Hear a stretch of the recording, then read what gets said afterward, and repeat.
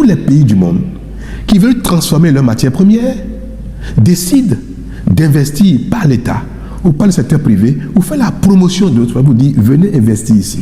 Comment voulez-vous que nos paysans produisent du coton-grain, produisent du soja, produisent du riz, produisent de l'acajou, et qu'une fois qu'ils ont produit, ces produits-là partent du territoire dans des emballages pour aller nourrir les industries des autres pays du monde et créer de l'emploi dans d'autres pays du monde. Et leurs enfants sont au chômage. Et ce qu'il faut noter, c'est que ce n'est pas que le fait de vendre les produits à des exportateurs, c'est pas que ça leur donne tellement de richesse, tellement d'argent, qu'ils parviennent à nourrir leurs enfants, à les marier, à s'occuper des petits-enfants, à leur acheter une maison à chacun. Si rien que le fait de vendre et que le produit sorte, ça permet à ceux qui ont produit d'entretenir toute leur famille, les générations successives, je peux dire, bon, ils vont croiser les bras, les enfants, mais il y a tellement d'argent à gagner qu'on va se partager. Mais ce n'est même pas une bonne chose d'ailleurs. Donc, l'effort de ceux d'entre nous qui produisent des matières premières, cet effort a son prolongement dans l'intérêt général, dans leur propre intérêt, par leur transformation pour créer de l'emploi pour les enfants, pour qu'eux, ils vivent de ce qu'ils ont fait, pour que leurs efforts entraînent d'autres intérêts et que ça crée du transport, de la manutention, des usines et que le pays se développe tout doucement à partir des efforts des uns et des autres. Le pays est une chaîne et chaque maillon est important de l'accrocher à d'autres maillons.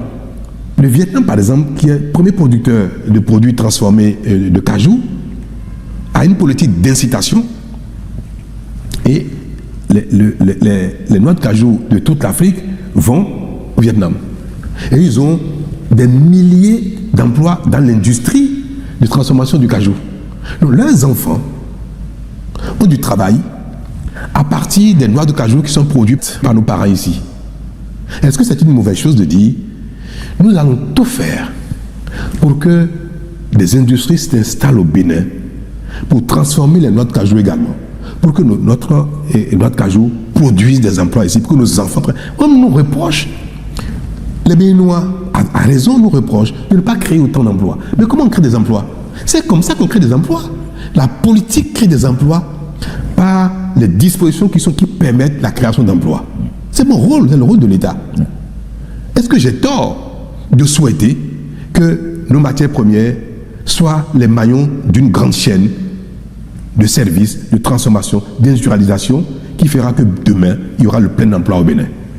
Et c'est pour ça que nous avons dit que ce soit le soja ou autre, nous allons faire la promotion de l'industrie au Bénin de sorte que ce soit 10 000, 20 000, 30 000, 40 000 personnes, 100 000 personnes, 1 million de personnes, des millions de personnes qui auront un emploi à partir des efforts que font certains à la base. C'est ça, travailler pour un pays. C'est ça, construire un pays. C'est cela, gouverner un pays. Donc, moi, je ne fais pas attention à ceux qui veulent que le Bénin reste un pays éternellement pauvre. Ceux qui veulent que le pays soit un pays de fraude, de corruption, de pagaille, de démocratie Nescafé, et que, bon, après, on se contente de dire le peu que le pays produit, on prend, on distribue aux gens, on fait des messes, et puis le pays vit de mendicité, et le pays ne se développe pas. Le Bénin va se développer parce que c'est ça la méthode. Ouais. C'est par ce moyen, n'inventons rien. Hein. Ibis TV, créé pour inspirer.